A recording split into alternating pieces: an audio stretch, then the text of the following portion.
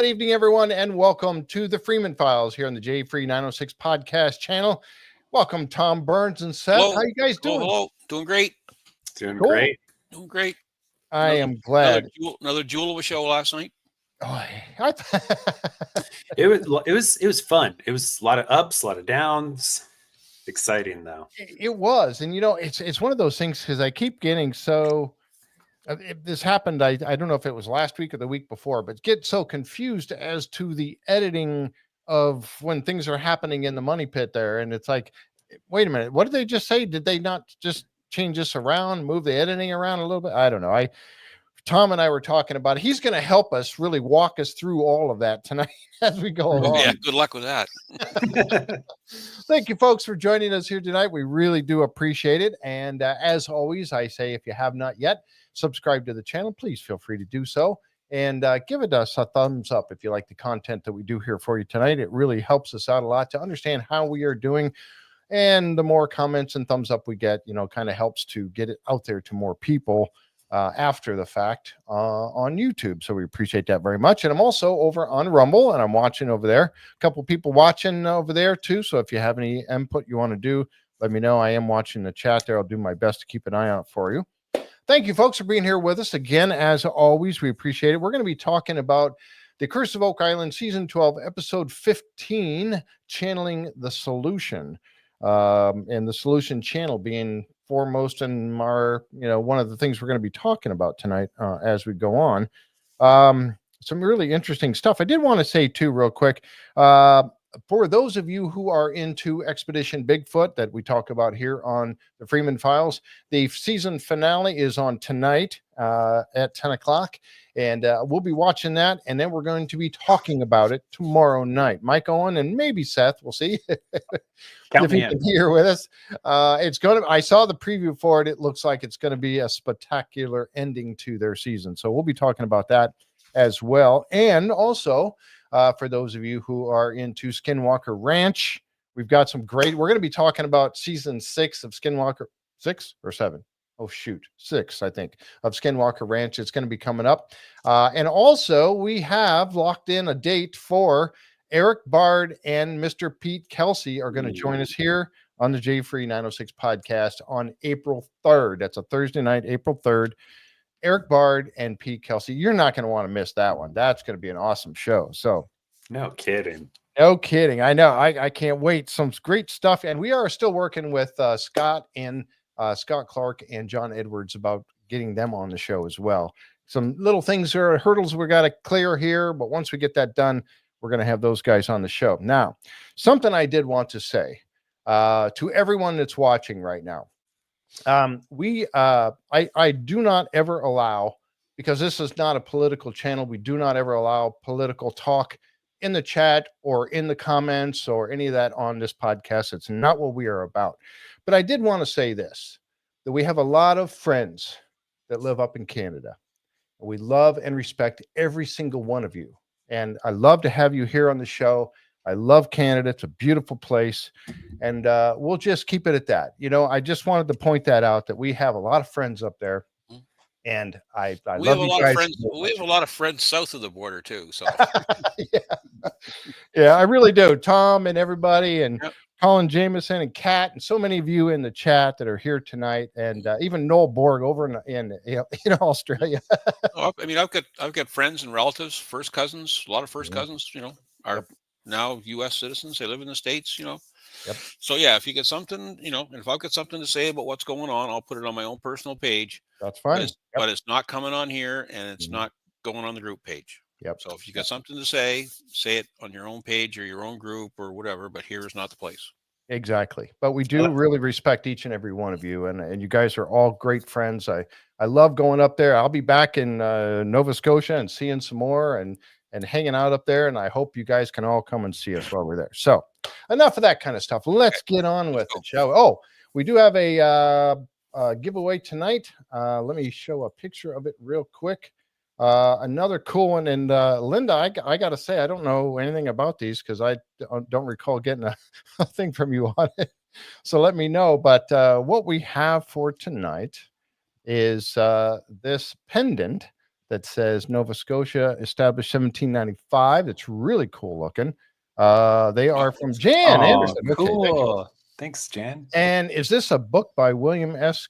Croker? What is the real truth behind the Oak Island mystery? Were pirates really ever involved? So yeah, so that looks awesome. What's that? Oh, it looks awesome. Cool. An engineer, surveyor, investigates. Brendan's great. Speculative theories link the mystery with ancient civilization and the UFO phenomena. Well, that sounds right up our alley here. We just got finished talking about Skinwalker Ranch and Bigfoot, and now we're on to Oak Island. Yes, and we don't speculate at all, do we? Yeah. Oh, No, thank you. You lost me when you get to UFO and Oak Island. Well, wasn't there UFOs in the Bay of Fundy? There was some off the south shore of Nova Scotia. They one crashed down there. Yep, that's right. Our friend Lori Wickens was all over that one. So yeah, he was all part of that. That was a great show we had with Lori Wickens. Shelburne, is that Shelburne? I think it was. Yeah, I can't remember exactly, but yeah, Shag Harbor. Yeah, Shag Harbor. Okay, Lorraine got it. Shag Harbor. Shag yeah, Harbor. That's an Center awesome prize. Yep, and the Nudie Girls were with us during all of that stuff too. So yeah, that was an awesome show. We really liked that, and so I still want to get down there and go to that place and go to his UFO museum that he has down there. Really cool stuff. All right, let's jump into it, shall we? Whoops. If I can click on the right thing here. What? No pictures? I definitely do have some pictures. We'll just describe it. Picture this. Picture a drone flying over Oak Island and making its way to the money pit. There it is. All right, cool. Rod Sterling and whatever show it was. Picture, if you will. Yes. Yeah, exactly. All right. So they start off in the money pit as we left off last week with, the whole, oh my gosh, what's going to happen now to True Believer 1 or TB1 Caisson? With the thing starting to collapse and all the stuff that's going on with this thing and how they have to go about some of the stuff that they did to try to save it and continue putting the Caisson down as they work along. Here's Vanessa and the team looking at the collapse that kept happening.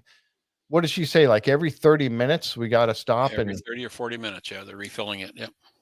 That's crazy. I can't imagine. Can you imagine how long? I don't know. What did we ever get a time frame? Is it about a Caisson a week? Is that what we were figuring? Well, last week's show, they said they were 1 week from breaking ground, and that's when they'd already started the whole thing. So this, I'm presuming, is week number 2 of playing. Well, I mean, this one, yeah, that one's going to be atypical, right? Because of all the playing around they've had to do with it. But I could say easily, yeah. If they're only going to be there a month or a month and a half or whatever it was, or 2 months, and you do one every, say, 1 or 2 weeks, then there's your time is gone. Yeah, absolutely. So, yeah, this one obviously taking a bit longer because of all these issues. Now, this is where, no, nudie girl, not those nudie girls. Bill passed, not those nudie girls that I mentioned. No. This is NUDI or, yeah, it's a fish. Look it up. You'll see. not nudie girls, but it's the fish. It's a group of ladies that scuba dive together or something. Yes, that's what they do. They scuba dive together and they go take pictures of these little fish that are called nudie, I guess. Or anyway, I saw that go by real quick because that's it. I'm going home. So. Yeah. Don't leave. We're not going to go there. This is not that kind of show. So they go through and fill in all this. Now, remember that this is the area, the circle here that you see is the area that they are saying that the concentration of the precious metals in the water, all this is coming from. It's generally concentrated in this area. I know we had the blob, the baby blob, and all of that. But quite honestly, and as we're going to talk about a little bit tonight, that area got flushed so badly. And we'll continue this in just a bit, talking about flushing things out so badly.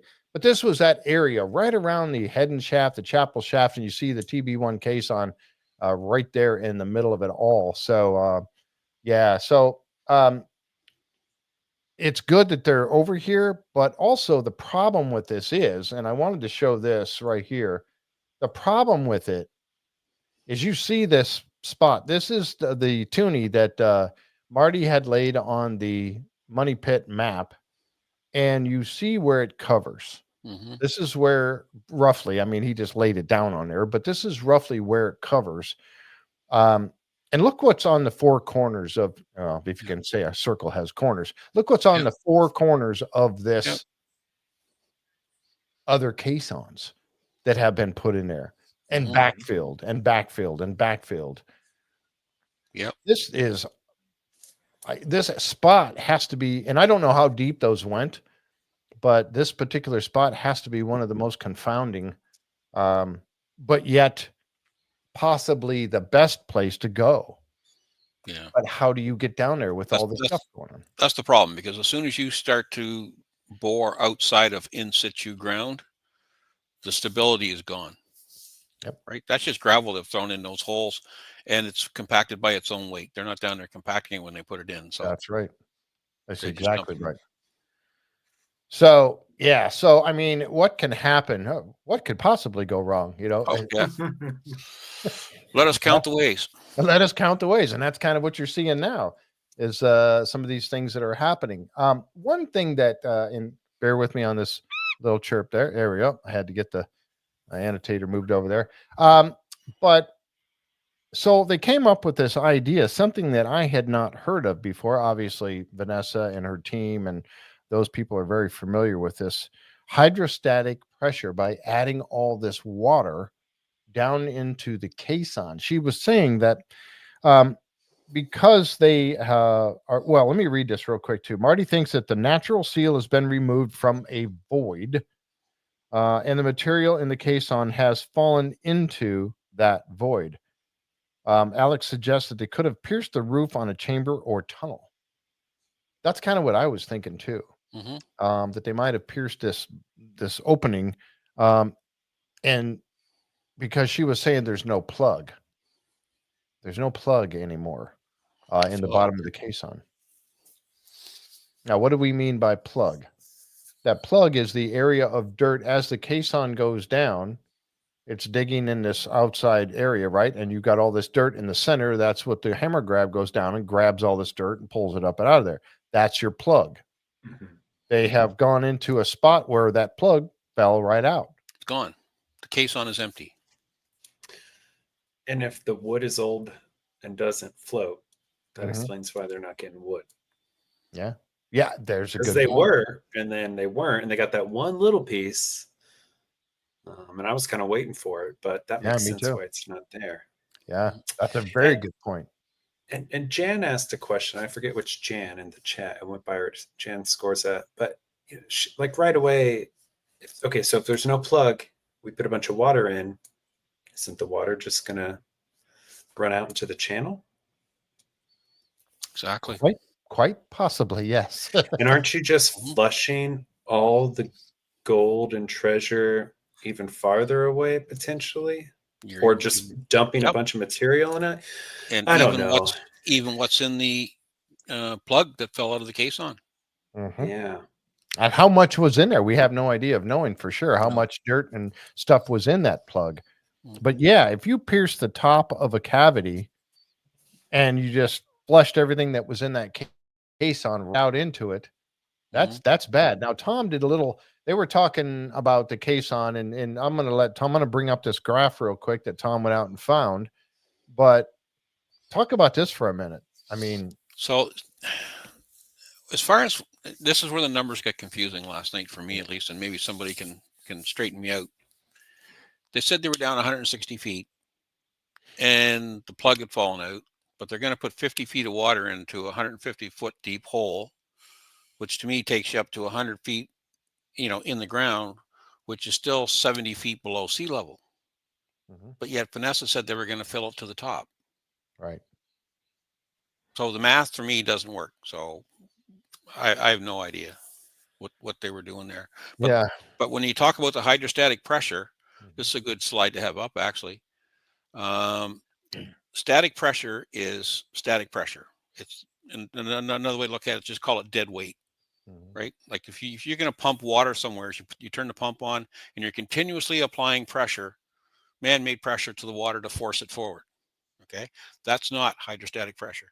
Hydrostatic pressure is when you fill a hole full of water, the water sits there. It's static. It's not moving. And it's simply the weight of the water that creates pressure on everything around it or beside it or underneath it. That's hydrostatic pressure. Yep. Like air inside of a balloon pushing on all points. Right. But there's no actual pumping taking place. It's just basically the dead weight of the water. So if you're going to fill that caisson full of 50 feet of water, and I don't care if you put 50 feet or 200 feet in, it really doesn't matter. Right. And you need to have hydrostatic pressure, then it can't be a solution. In my opinion, it can't be a solutions channel. A channel means flowing. Something's going to flow. Something's going to leave, right? So as Marty says, it has to be a cavity. Right. And as Vanessa said, a cave or a cavity, something with a finite amount of space. Right. That would then allow you to create hydrostatic pressure. Right. Because other than that, the water just goes away. Right. Yeah. If you're putting that water into the caisson, you're going to keep pouring it until you fill up that. And if it's just a solution channel, that water is just going to go right in there, right? Yep. So you don't think they're in the solution channel then, Tom? I don't think it's a solution channel if they're using hydrostatic pressure. Right. Yeah. Neither. It just might be some sort of a cavity or a cave, but I think that's the better option. I don't think it's a free flowing channel. No, I don't. Like say to the ocean, you know, an underground cave, unless all of the debris that they have knocked down there now is causing a blockage. Yeah. And that would then enable the hydrostatic pressure. And yes, somebody mentioned the thing about the water pressure being a matter of height. Yeah, it's a matter of it's a complicated thing, but yeah, you get so much pressure per square inch if you have a hose running down over a hill. If you're going to gravity feed a well, we have gravity fed wells at our camp, and the pressure coming down the hill, so much psi per every foot that you fall, creates so much pressure, right? But the static pressure we're talking about is simply caused by the weight of the water. Yep. And you see that calculation there. They had talked about a 7-foot diameter casing and then 50 feet that they needed. Vanessa said she needed 50 to fill up 50 feet. Yep. That pipe volume, that's 14,394 gallons or 120,000 pounds of weight. Thank you very much, Craig, by the way. No need for the nudie bar. But thank you very much. I appreciate it very much. Thank you, sir. So that's a lot of weight. Now, like Tom was just saying, and that's where some of this confusion was coming in for me, is talking about this weight pushing down there. And if it were a solution channel that you don't know if it, even if that thing is full, in some areas, air pockets in it or whatever, but that water is going to go in there. Now, also look at that much water, 120,000 pounds, but 14,000 or 43,000 gallons of water. What is going to happen to the flushing out of the precious metals now? If it flushes. Now, the other thing to keep in mind too with that hydrostatic pressure is it's not only creating pressure downwards on the caisson. If they're worried about the collapsing materials outside of the caisson, okay, because remember they said the caisson went down so many feet, the plug fell out, there was space between the caisson and the rock shelf. So you're going to fill that full of water. That water will then go down and go up the outside of the casing, right? The water is going to find its own level, and it's going to create upwards pressure on the ground above it to keep from collapsing. Yep. That's only if the water goes into a finite space. Yep. Yeah, I'm kind of with you on that. Cynthia said I was talking about putting a camera down. I'm always in favor of putting a camera down these things. Down these caissons or pipes or whatever. I don't know what you would see, especially after all of this turmoil took place down there. But I would love to let it settle for a few days and then put a camera down in it. I don't know if that's something that they ever would, but what would you see? I don't know. Steve and Terry were talking about the best thing that they thought would be like for that type of situation where the water may not be clear would be sonar. The sonar. Yes. Yeah.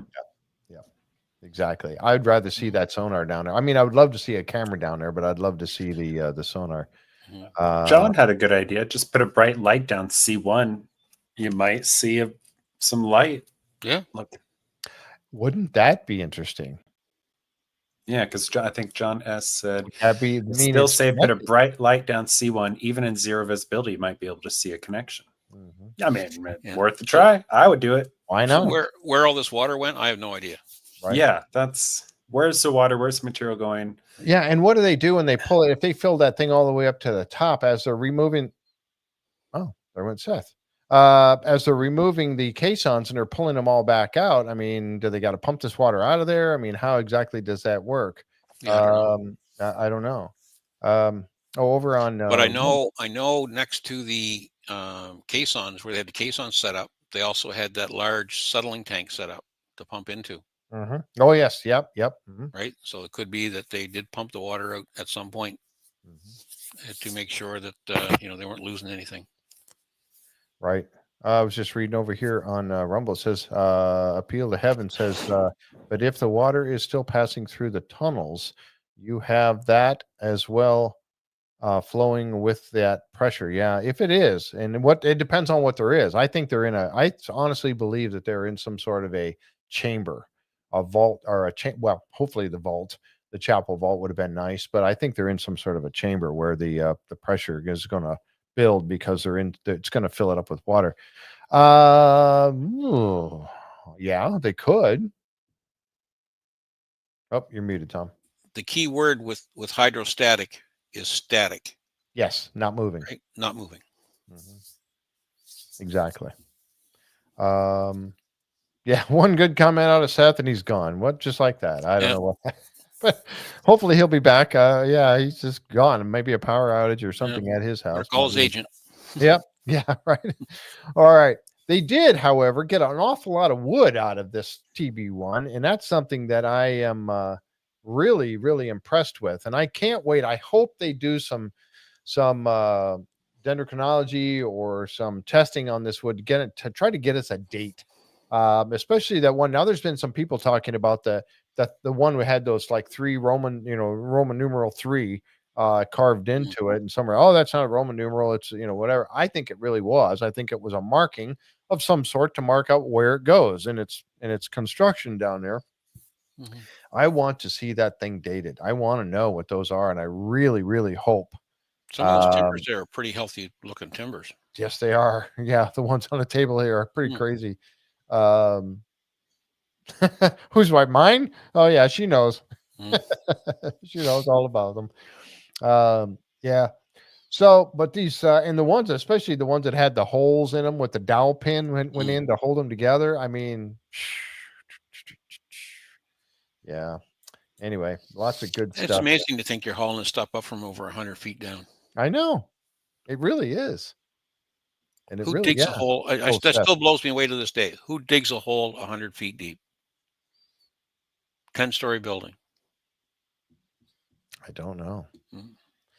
I mean, somebody who really, really wants to save what's down there for sure, because It's not something you're coming back to get next week. no, you're not going to. You're going to put it in something like that one in the swamp, that square vault in the swamp, something like that. Mhm. Cover it with wood and stuff, and come back and get it later at some point. You're not going to bury it 100 feet deep. Pirates and all that wouldn't go to that route. I wouldn't think so. But they did bring up an awful lot of wood. I think that this is the right area. I really do think that this spot was good.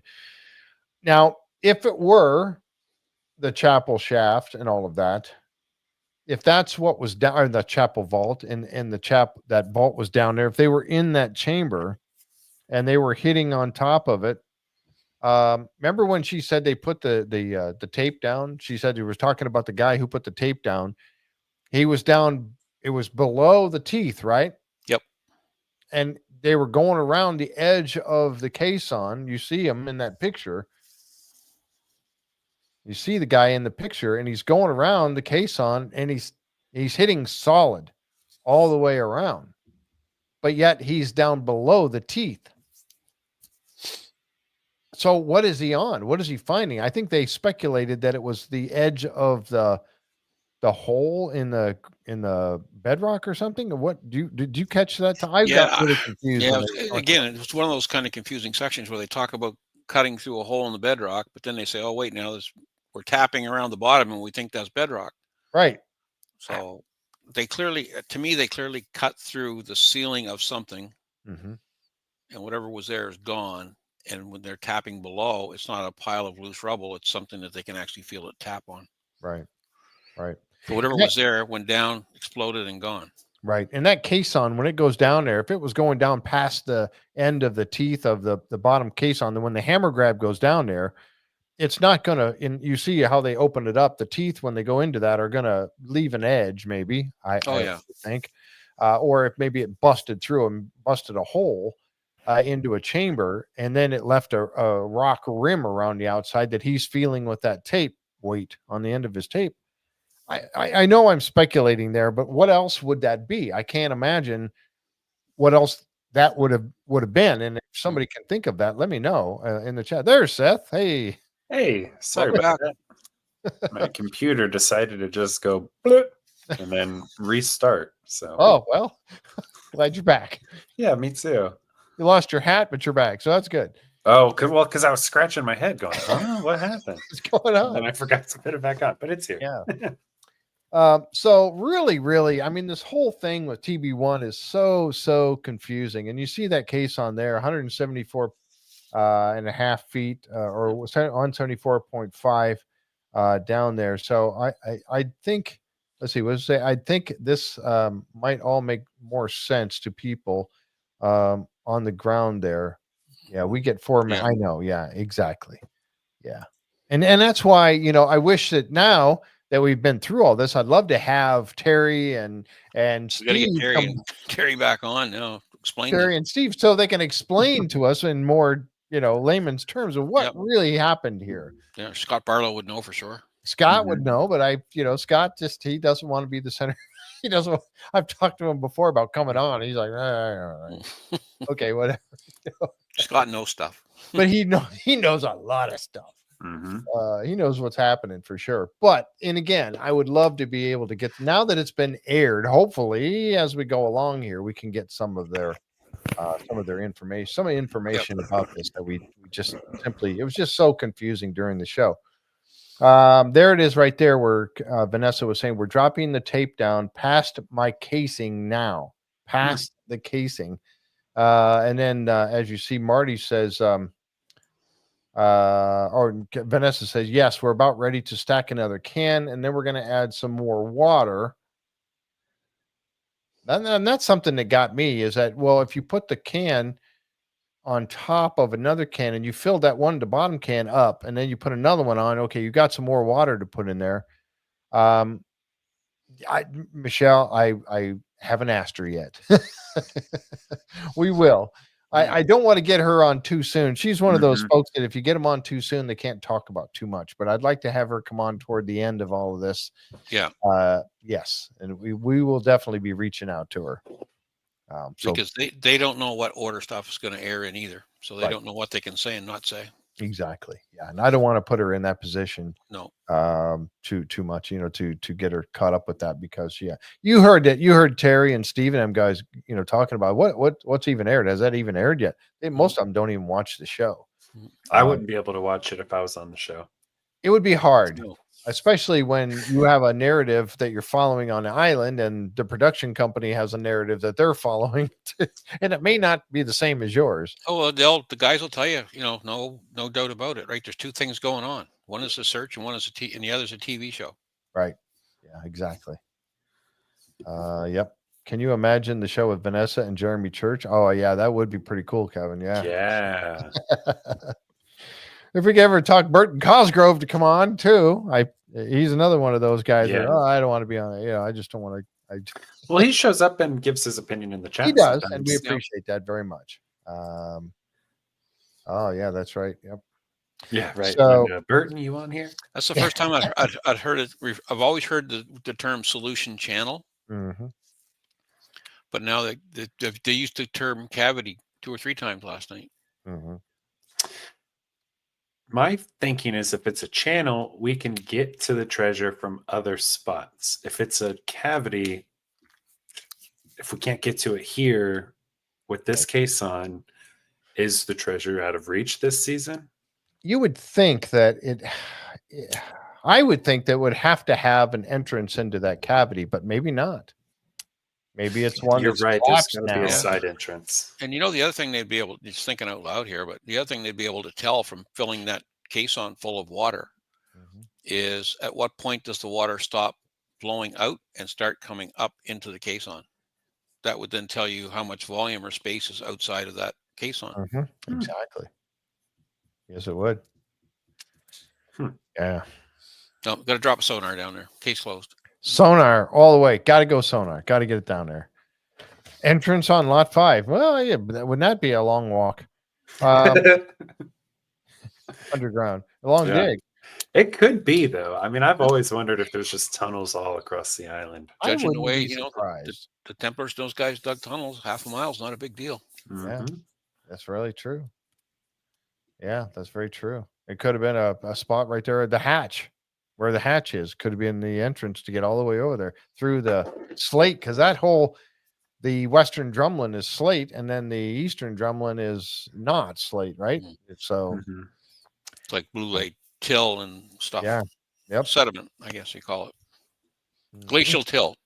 Glacial till, yeah. That's what Jeremy Church taught us, or taught me. You might have already known. Yep. So they did find this one piece of wood down there. They brought it up, and they did the old float test, the old Dan Blankenship float test. Drop it in a bucket of water. If it sinks, it's old. And if it floats, it's newer. And, you know, seen Alex walk right over, dunk it into a bucket of water, and it sunk. It did not come up. So that would indicate that it's old. And then there was also, Robert had sent over some pictures to me on Discord. And I did not grab the one that I meant to grab, but it was showing the rings in it. And Alex had made a comment about it being very close, that piece of wood being very close to the center of the tree because of the size of the rings. And it was pretty good size, but yeah. So what does it mean when a piece of wood is closer to the center? It's just the heart of the tree. I don't know if it makes. I don't know that it makes much difference for anything. I guess it actually gives you a starting point as to how old the tree might be. If you just had the outer layers, you really don't know how thick the tree was. Okay. So I guess it gives you a starting point. I don't know. Yep. Now, as they went down in this thing, let's see. Terry and Marty explained that they think the caisson is on the edge of the solution channel. The solution channel runs between 160 to 180 feet underground. And it does. There are maps that kind of map out where they think it goes under there. I don't have one available for tonight, but there are some there. Vanessa tells them that they're going to add another can and more water and see if they can continue going down. Later that day, TB1 reaches a depth of 170 feet. And you look at this caisson that's in here now, and you see what it says on at the top is 180 foot, 185.1. And you see how far it is in the ground. So, and that's a 20-foot caisson, I believe. Probably, yeah. So, yeah. So it's down there. At least half of its length is down there. So you're figuring right around 170, which is where they got to. They got down to 170 and has reached the solution channel. But again, this was a channel or a vault or a chamber. We don't know. Even in that picture there, you can see how the side pads are kind of tilted in. Yeah, you can see them right here and over here. It was very, very saddening for me because again, this is one of those things like the garden shaft that I had very high hopes for, and it didn't pan out at all. But you know, in here they get down to actually 179 feet, which is probably about right where they're at in this particular picture. And that was pretty much the end of it. Vanessa tells them that every 30 to 40 minutes, they have to stop and try to slow the collapse. Now you continue to keep putting all this backfill in there and it keeps going down. It just keeps siphoning its way down. I just hope they test that wood for gold and silver. Because that's where they found, remember the day they took Emma up to the money pit and she made her presentation, right? It wasn't gold and silver in the water. It was gold and silver on the wood. It was gold on the wood. Yep. Yeah. And Emma was very excited. The whole team was very excited. We were all very excited to hear that. Yep. I know I was too. And if they can find that, then that means that they're in the right place. But yeah, so all stop at this point. This is at the point where they're at 179 feet. And Vanessa was talking about how the backfill is starting to happen underneath the crane over here in this area, underneath here, and that's getting into a really, really dangerous thing there. So it's all stop, pull the caisson, we're done here.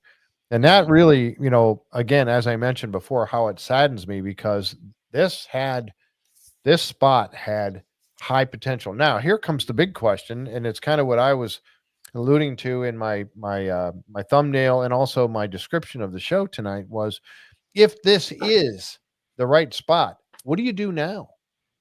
Okay, they got to pack it up. I have no idea. You got to pack up and move out of there and go to another hole. But what do you do now? I mean, that whole area now is compromised. It is. So what do you do? How do you get down there now without doing the big dig? Yeah, I think you do a smaller honeycomb.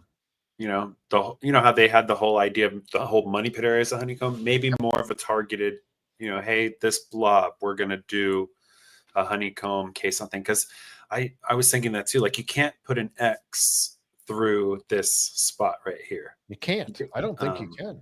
No. Not after what they found. Yeah, they might not be able to get to it this season, but it's like when Rick was saying, no life is worth, treasure, we're gonna call it. The emotion in his voice to me was a result of how certain they are that they're on top of the target. They just can't get to it. Yeah.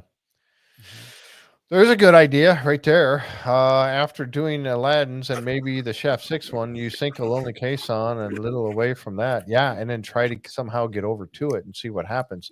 Maybe try to find a spot where close to it where there are no other caissons right there had been put in there. Try to get into some in situ, and I don't know. I mean, this area has very high potential. And I'm just perplexed now. Is how that was kind of the whole purpose of the garden shaft, right? Was to go down and then go out. Yeah, it was. Yeah. And it only made it down 95 feet. Yep. Yes, you're right, Linda. Big dig equals 3 to 4 years and tens of millions of dollars. That's what Marty said. Yep. You pressurize the caisson and see where the bubbles come up. Maybe drop dye and push the water up, see where it goes. There's things they can do. Maybe this winter they're working on just that very thing. Maybe they're coming up with some ideas. Yeah, I hope they find it too, Bill. I really do. This spot. Now, Aladdin's cave, they did put a camera down and they put a sonar down. So we know that there is an opening down there. But does it? And it looked like it had a tunnel leading out of it. Does it head this direction? They were chasing a tunnel that seemed like it was running from the Aladdin's cave up towards the garden shaft in that general direction. So dig in winter, yeah, that'd be good. But your ground's not going to be frozen that deep. Ground's not frozen. Not deep enough. No. Back in the day, we magnet fishing. Yeah. Back in the day, we used to, get frost down, a place where you drive over could go down 10, 12 feet. So you had to really bury your water lines going under a driveway or something. But they usually don't go down very not far enough. Yeah, normally now 6 feet would be the max. Yep. Yeah. Nowadays, I grabbed this picture here because I watched this as I watched the show repeatedly, getting ready for the podcast tonight. I saw Vanessa holding something in her hand that she's showing Alex, and she's talking about it being shaped in a certain way. So I thought, what is she holding in her hand there? And it looks like a piece of wood. Yeah. That has a top part that is carved to fit into another piece of wood. Ooh. Right here. It's a dowel? Is that what it is? Like that top where you square it, makes it smaller, and that would fit into that perfectly sized hole into something else. They didn't talk about that, but she's holding one in her hand and she's explaining it to Alex. And, he kind of looked rather nonchalant. I don't know if he'd already looked at this piece of wood or whatever. He's just like, yeah, that's pretty cool. I don't know. I don't know what that was, but it's like, is it a wedge? Yeah, is it wedge shaped? Is it wedge shaped? That's at what the bottom. She was indicating that it did have a curvature to this side right here. It's wedge shaped at the bottom, then it's got a pin to insert. You insert one piece of wood into another piece of wood like this, right? Yep.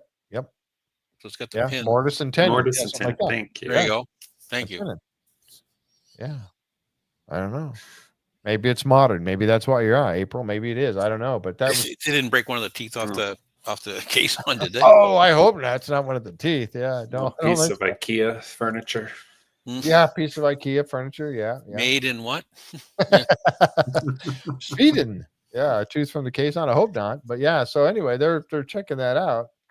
I don't know what that was, but anyway, they didn't. We didn't say anything about it on the show. So there we have it. Time to pull that Caisson out, and you know what they're going to have to do now. And I'd be curious to see, because there was at one point that when they were talking to Billy about this, it was 45. What did he say? 48 to 49 yards of backfill material Yep, that's a lot. had already gone in there. That's 2 or 2.5 tandem truckloads. So is there room down there for a truckload of silver? Yep. Yep. Okay, so if it's fallen down into this cavity or channel, how long do you guys think it's been there? Did it fall there recently with this activity, or did it fall there a long time ago? And that's why there's still treasure, because it's foiled everybody, because it's just your guess would be as good as mine. Well, I don't know about that, Tom. I think yours is a little no. I better mean, than mine. there's just no way to know. Yeah. Yeah, you're right. You know, I mean, some of that collapsing could have been taking place when Dr. Spooner was over taking water samples and he heard the rumble. Yeah. And then we know something was happening because Alex said to his father, "Did you hear that? Did you feel a rumble under your feet?" Right. Tremor. Yep. So something was happening down there. Something huge was happening down there. Now you've got all that water, you got all that backfilled, and when they pull the Caisson out, they're going to have to continually backfill all of that. It's all going to be backfilled. Yeah. How do you get down there? That's when I asked that question. How do you go about going down there now? You just took all this backfill and you piled it on top of the Chappel Vault. You'd have to use some kind of a tunneling system where they use that shotcrete. You know, as you go, you put the shotcrete around you with the wire meshing. Would be the only way. Was it H8? I think it was. The last one that had a collapse was H8. I don't know if that's the one that they thought they pushed it down with. But it might have been. I'd have to go back and look. But that's the one that was having the collapse that they ended up having to do an all stop, pull it out. So I don't know. Anyway, this is that piece of wood that I was talking about earlier with all the rings you can see there. That thanks RJ sent that over. Thank you, Robert. Appreciate it. Yeah. So I don't know. This and again, how do you get back down there now? So you have to go down somewhere else and tunnel over to it. But what does that end up with? Same thing that happened to everybody else that tried to go down with another tunnel or shaft and tunnel over to it. If you go into any kind of a shotcrete thing now to try and go down there, and whether you don't have to go straight down and across, you can go on an angle, you can do whatever you want, right? Right. But if you go in there with any kind of a shotcrete thing now, you've got to know exactly where your target is. Yeah, exactly. That's a permanent fixture. Right. Brian, the only way to do that, in my opinion, if you're in a solution channel, I don't know that you could. You'd keep putting fill into it until it just fills right up. But if it's not a solution channel, if it's a solution chamber, you're eventually going to fill that chamber up until it comes right up through the Caisson hole. And you've just covered up the Chappel Vault. If they let the Caisson go all the way down, like a lining to keep the soil in place, could they cut a hole in the side of the Caisson like a doorway to see the yes, I think that would be the only way. That would be no different than putting a wooden shaft down in the garden shaft and trying to go out the side of it. Yep. If it fills up with water. As long as you don't have water coming up under your feet that you can't manage, or strike a tunnel or something, or a flood channel or something. Yep. Yeah, there's no reason you couldn't. There are multiple ways to use electricity in combination with chemical process that could yield results here. That goes beyond me. It would only be to look for a signal, but it might be worth trying. Yeah, I suppose. Yeah. Yeah, I don't know anything about that. Put a sonar signal down one, a sonar microphone down one hole and a sonar speaker down another. Oh, yes. And see if you can pick it up. Yeah. Interesting. That's a good idea. Yep. Yeah, coach. Oh yeah, so what Bill's talking about is just putting some sort of electricity down there and see if you can put a sensor down. I think, and Okay. if if it's water, electricity is going to travel through it. So There you go. Well, I don't know. I'm like I said, I'm really we'll see. Now I hope we they're do not done. know They're not done. they're not done. Exactly. That's where I was headed next. We know they're doing at least 2 more. I think 3 more. I think there was a total of 4. There might have been 5, but I think there was at least 4 caissons that went in the ground. I think there was 4. Yeah. Based upon what we could tell. And this is only the first one. The other ones we know is going in Aladdin's caves. And I Aladdin's can't caves wait to next. see what that's all about. And then they kind of move back over towards this area again with the other ones. And we still know, folks, don't forget that one got left in the ground all winter long. So why was that? Again, we don't know yet, but can't wait to find out what that's all about. And that's going to be the last one and the cliffhanger probably for the whole season. I have a quick question. Yes. Hopefully quick. Could the depositors have gotten this deep without water problems because of sea levels back then? Or would they still have had to have found a way to get around the problem of water? I think that they would have had not had the water to deal with. For one, I don't think that now, if there was those cavities down there, as Jeremy and Mr. What Burton Cosgrove had explained to us, that there was these like natural cavities down there, natural channels, and they even took us into one. That was cool. Seismic.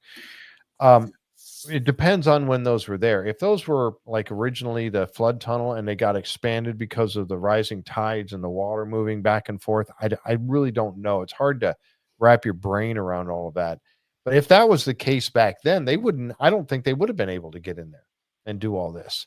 So if they were tunneling down there, it would have to have been before water, right, Tom? I mean, what do you think? Yeah, well, yeah, if the water's there, they're done. Yeah. They're not going to, they've got no method to pump it or move it, channel it. So the channel maybe was caused by like glacial stuff. And then when the depositors were there, they were just empty, no water. So they're able to use those cavities. And then nowadays we've got rise in sea. So now we're fighting the sea level. Because I've always been amazed. Like, and I asked this because somebody in the chat said, wow, like they could get to bedrock back then, 200 years, or however many years later, we're struggling. But yeah, the thing, I don't care how much sea level rises and falls. I can guarantee you, if you were down 100 feet 1,000 years ago, you were below sea level. Oh, okay. Absolutely. Absolutely. Right? So the water's going to, if it's open to the ocean, the water's going to be there. So you dig a tunnel or a shaft until you hit water. Then you back up if you have to, and you go off to the side, go up, create a chamber. Yep. But the water would be a stopper, I would think. Yeah, and like so the cave, because it isn't on one of the maps. There's like an entrance on the coast to the money pit. So you think like, okay, a tunnel from somewhere on the coast. What if it was just a natural solution channel? At one point, that was exposed, and it could be like tidal. I mean, the Bay of Fundy, the tide rises and falls 25 or 30 feet. Right. Now it doesn't on that side of Nova Scotia. On the inland side, like where I am, in New Brunswick, the Bay of Fundy, it's no problem for the tide to go up and down vertically 25 to 30 feet. Yeah, and it's back then. I don't know. I mean, Duke Donville's expedition, yes, absolutely. His notes or whatever notes they discovered talked about a deep pit be dug and a tunnel to the shore be made. Yeah, exactly. You mentioned several shows ago that the equipment was never used. Someone mentioned last night that they had brought all the equipment that they thought they would need. Maybe that's the explanation. There was all that. What was it? SBC or SB Canada? SB Canada. Yeah, had brought a lot of that airlift type equipment out there, but as far as we can tell, it was never used. Doesn't look like it. Those guys would do things like go through rock. If you need to get through, tunnel through rock or channel through rock, if the caisson goes down, for example, and cuts a hole through rock, the hammer grab may not be able to break that rock to grab it, but they have the equipment that can send down to grind through it. Yeah. And then airlift it out. Right. And that was all those big orange boxes you see along the edge of the money pit. They're air compressors for mining. Yep. Yep. Cave in the swamp. I believe it, Cat. Yeah, maybe so. Well, there definitely was some stuff down there. Again, going back to the seismic survey from Panther Geoscience, because sure looked like there was something down there at that point when you look at how it filled up over the years.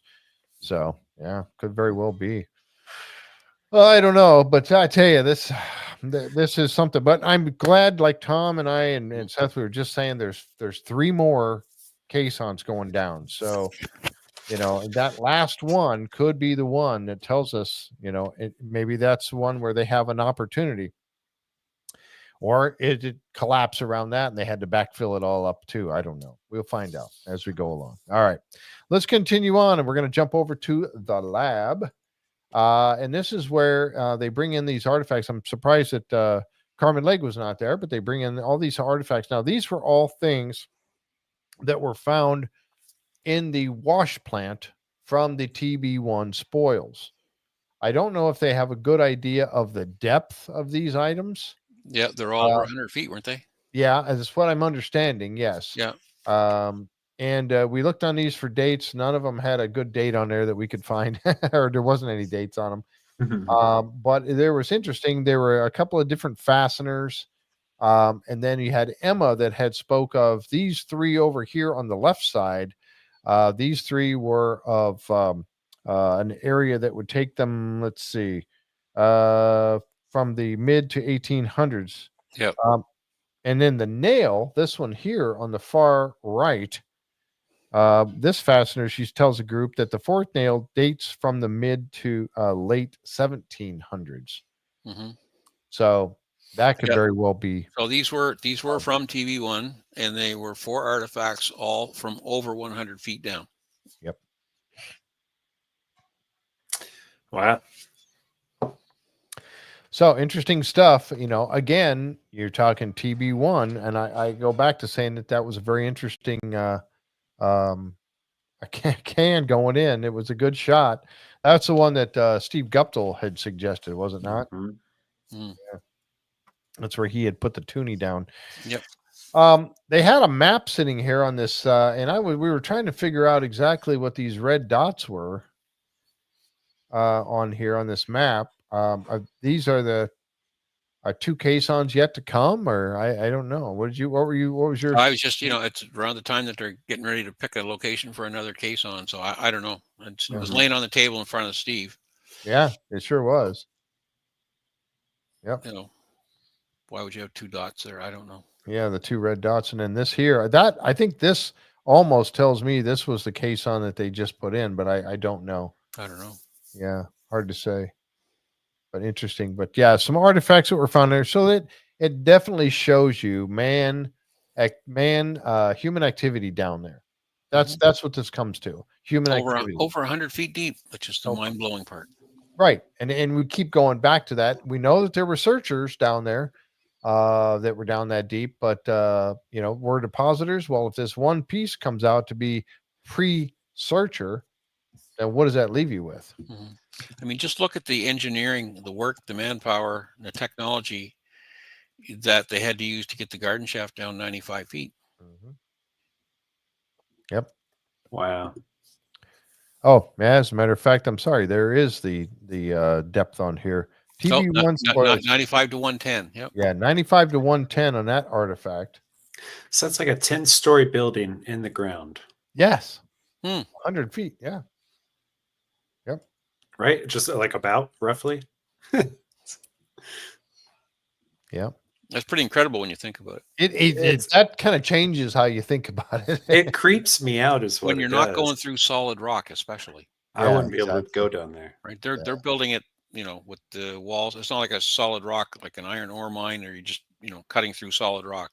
Right. This is, glacial till. Right. That Ross in BC just brought up a good point talking about Nolan's cross dated 1200 to 1250. Noted that in 1347, I think, how long and how many people to do this? Ships along the side of the swamp to house the workers, likely slaves.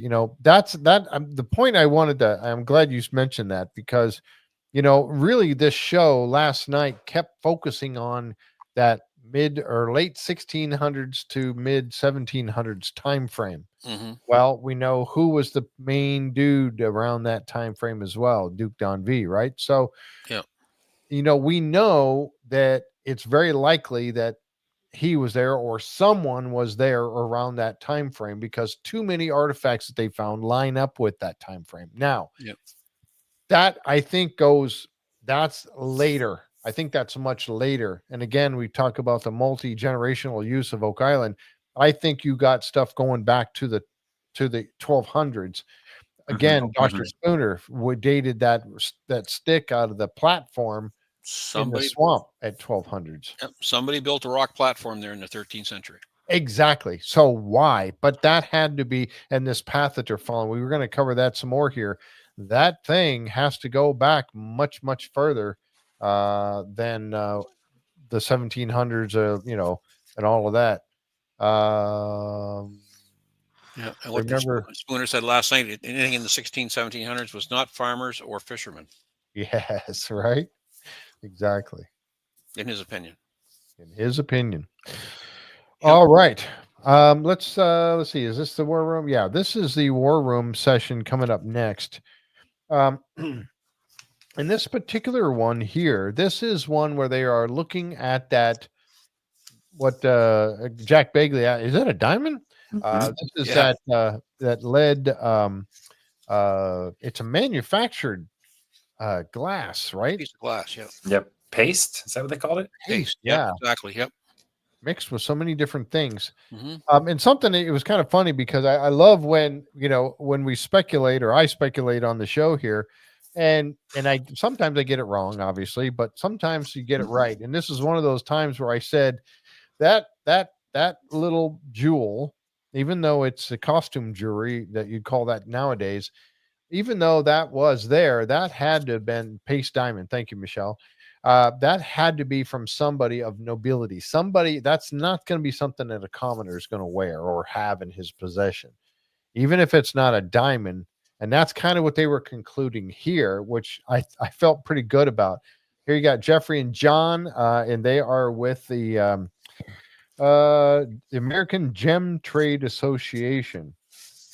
They were meeting by video conference to hear the information about the glass gemstone found on Lot 5. The team is told that the gem is European and could be from England, France, or Spain, Portugal, or Italy. Quite a wide range there. And it could be made between 1730 and 1775. Again, we fall right back into that Duke D'Anville time frame, right? Mm-hmm. And it's that little jewel right there. And that's it right there. And this, you look at this thing. I mean, even though it was manufactured, the cuts and everything on this thing. You can see the tin that they mentioned. I didn't notice it at first until they talked about the tin. I never. Yeah. The tin was new to me, and I thought that was pretty cool. Right. Very cool. And whatever the setting that it was in, you look at that edge all the way around. So whatever that setting was in, or is that dirt? I don't know. Is it tin? That's the tin. Okay. All right. So yeah, pretty cool. But again, not something that a commoner is going to have. It's going to have to be somebody with a little more clout than that and money. And then of course they brought up the Duke, the ship's log that was copied from the original log. And talked about the Rochefoucalds and Rochefoucalds. Somebody mentioned earlier about manpower and ships, whatever, to do the work. In those notes there, they really are the Dukes. They're talking about just to dig the tunnel to the shore.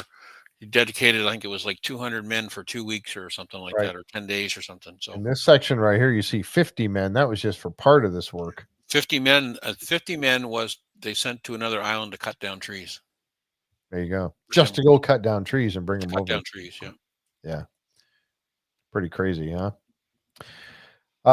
So, all right. So interesting stuff. But again, I don't think that's the end all of this story with the Duke D'Anville and that time frame. I think it goes back much, much further than that. And who else would that be?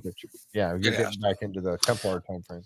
I think that The structure itself on lot 5 was multi-generational, just like the island. But the Duke, we're finding most stuff dating to him because he was the one that covered it up. Because it was buried by somebody. I think it was the Duke. Or maybe around that time was when it was, okay, now let's hide it.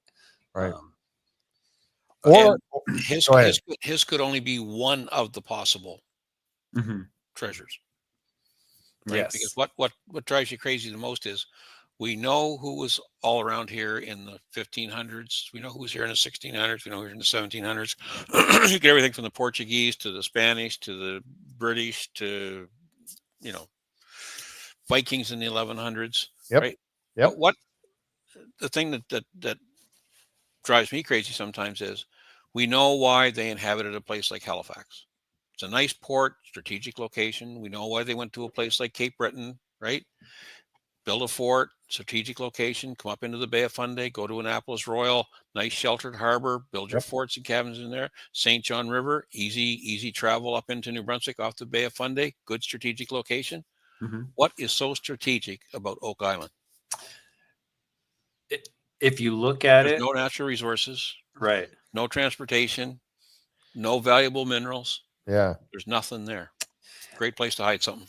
Yeah, it's a good place to hide something, and it's directly connected to places like in France. When you I think it's the reason why, because like you said, what's so significant? There's no like material or strategic no reason to be there. But when you look at the map and they say, "Oh, you can draw a straight line from Exactly. Louis Gardens to Oak Island," and you can draw a straight line here and there.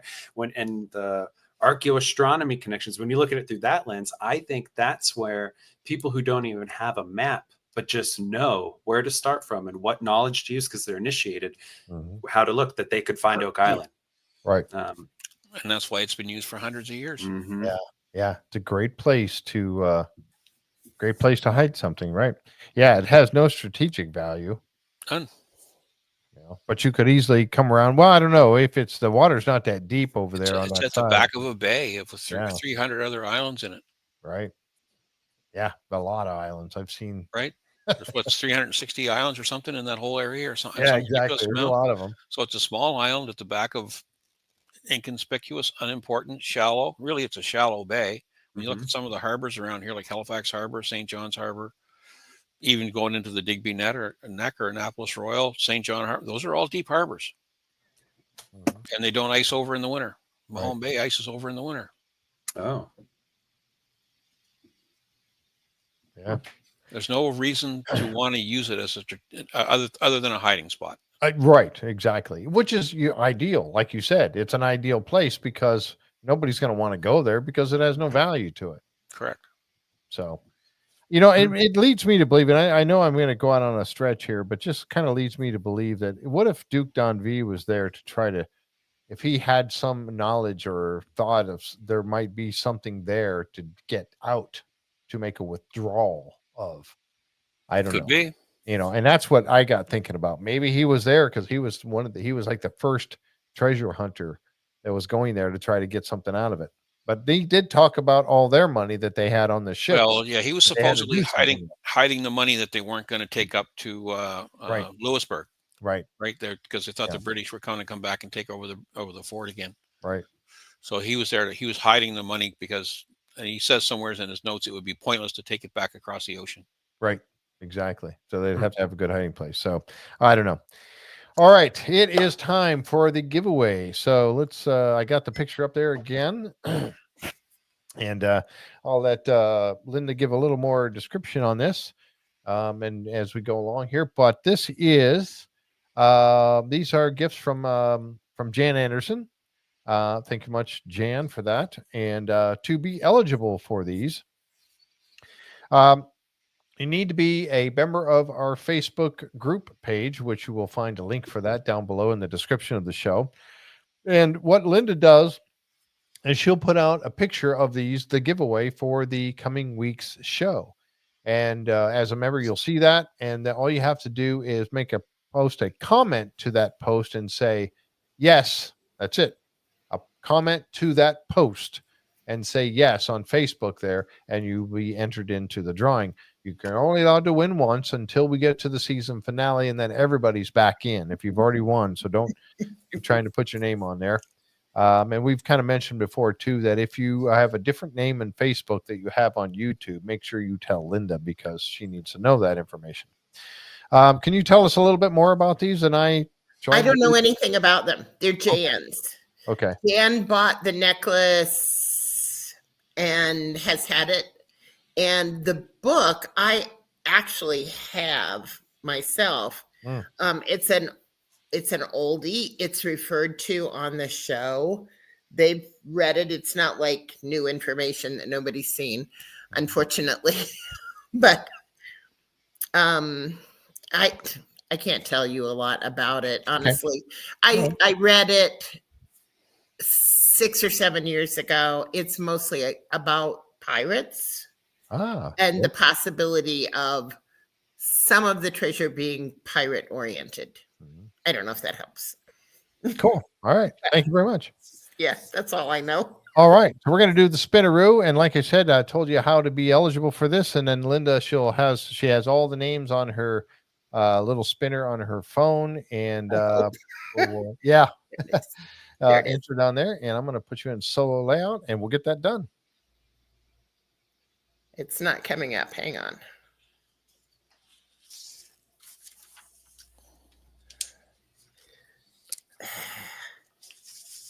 There we go. Okay.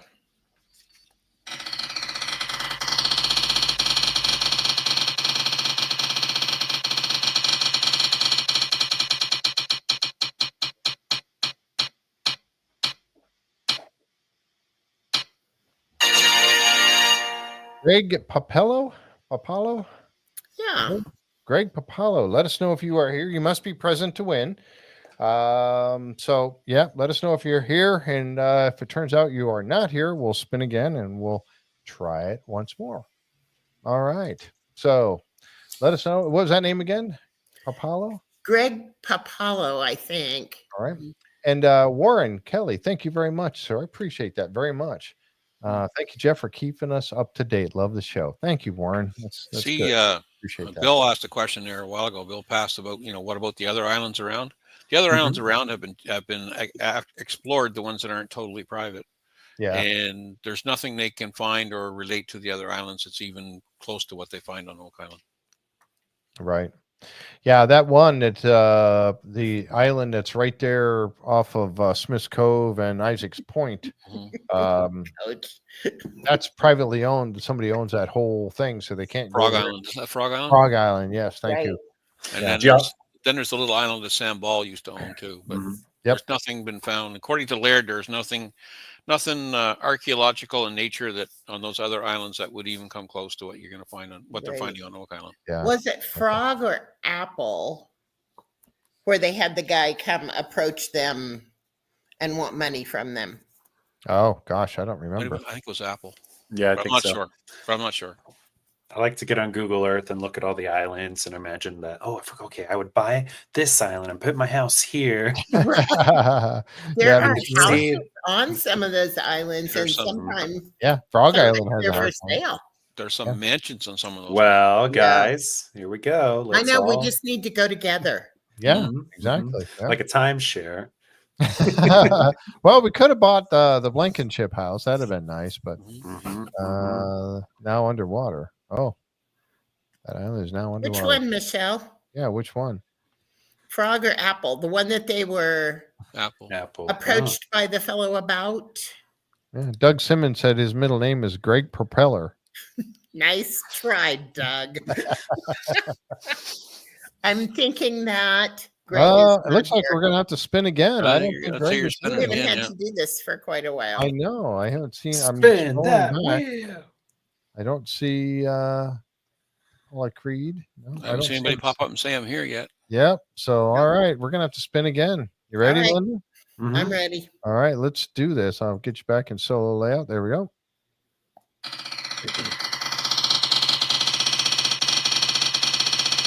Up just a little bit. Can't see the names. There we go. A little higher. I can't see. We can't see the name. Tip it. Thomas Landgraf. Thomas Langgraft. All right, So Thomas. close. So close. Could have been Burns. What's your middle name? You know, Thomas Landgraf. Burns. I'm here. I'm here. Well, they did name a Caisson after you, so that was cool. Oh, there you go. Yeah, it's a wreck. It turned out to be I had to pull it out and do nothing. Yeah, Bill. Yeah. Look at, so, boy, are we going to get two that aren't here? Thomas, are you here? Let us That's really know. weird. Thomas Bueller. signs up every week. He's Bueller. frequently here. I'm There here. There he is. There I'm he is. here. Thomas, All send right. me You're the your winner. address and Jan will get this in the mail to you. All Just right. send her a Congratulations. message on Facebook Messenger or send it to me, either one, Mhm. and we'll get you taken care of. All right. All right. Good Thank you, deal. I'm glad we guys. got a winner. All right. Chicken Congratulations, dinner. Thomas. Yep. Winner, chicken dinner. All Bye, right. Linda. Yep. Thank you, Linda. We appreciate that very much. All right. So next, we're going to push right on and get it all mucky in the swamp down here. I love this picture here because you can kind of get an overall view of what they've been through so far in here. And this picture, you over here was where that little vault was, that little vault. And I dare say that is, I don't think that's it on the edge right there. That little thing right there. I don't think that's I it. don't know. But you know, it just came to me because my mind's working kind of weird tonight. That book that John Edwards had with the little corner vault in it, and Yeah. all the squiggly lines coming up off of it. Look at all the squiggly lines up. I know. And you could be right. Remember, you had mentioned that. It could be all these different channels of water coming in there. And you could be right. Because they did all start, they all like fanned out and then they made their way into one or two lines coming in. I don't know. Just my mind's working weird. Okay. No, that's move on. Good observation, Tom. I didn't even catch that or think of that. Usually I'm the weird one. Usually, yeah. We've been hanging out together too long. Yeah, there we go. I right. did say A the other day, but I was trying to be cheeky. Oh, you know what I talk about, eh? You betcha, eh? A. Have a pasty yet? Have you had a pasty yet? Hmm. You gotta have a pasty someday. Oh, I don't think I have. Yeah, you gotta have a pasty. They're great. Maddie had one on the show, eh? So here you got the whole group of them. Have some craft dinner, yeah. Yeah. Collecting over in the bog. I noticed they've been calling it the bog a lot instead of the swamp, but they call it the bog. Or at least when they're up in this part of it. And this is all on Tom Nolan's property, which was his father's, Fred Nolan, of course. And they had a different fella out here. You didn't see Billy Gerhardt running the excavator, but you did see Alan Andrews, who's standing there with Craig. And Alan works for Tom Nolan's company, right? Yep. Oh, Nolan cool. Construction. Yep. Tom Nolan Construction. So, so there you go. He's got Alan working this, and I'm surprised we haven't seen Alan before this part of the season. Maybe they're kept pretty busy and he had some time that he could come over and spend working in this portion of the swamp. So he got that busy. They probably get Billy pretty busy over in the money pit too. So yeah. Oh That's what I was thinking. yeah, absolutely. Going through all the spoils and dumping everything into the wash plant and all that stuff. He was, yep. Very busy guy. trucking water. Trucking what? That was, what did we say? 42,000 gallons would be how many Well, truckloads? no, it's to feel like to do the Caisson would have been 5 truckloads, 5 15,000 gallons. truckloads of water. Or no, sorry, 3 truckloads, 5,000 gallons per truck, and when you need about 15,000 gallons to do that section they talked about. So There you go. This is one of the parts where, I got a little, and everybody, it was funny because on Discord, because we gather in Discord and we watch the show and we talk during the commercials, about what we just saw. And everybody, including Linda and Jan and everybody, all came up after this section right here and went, what the heck was the metal hit?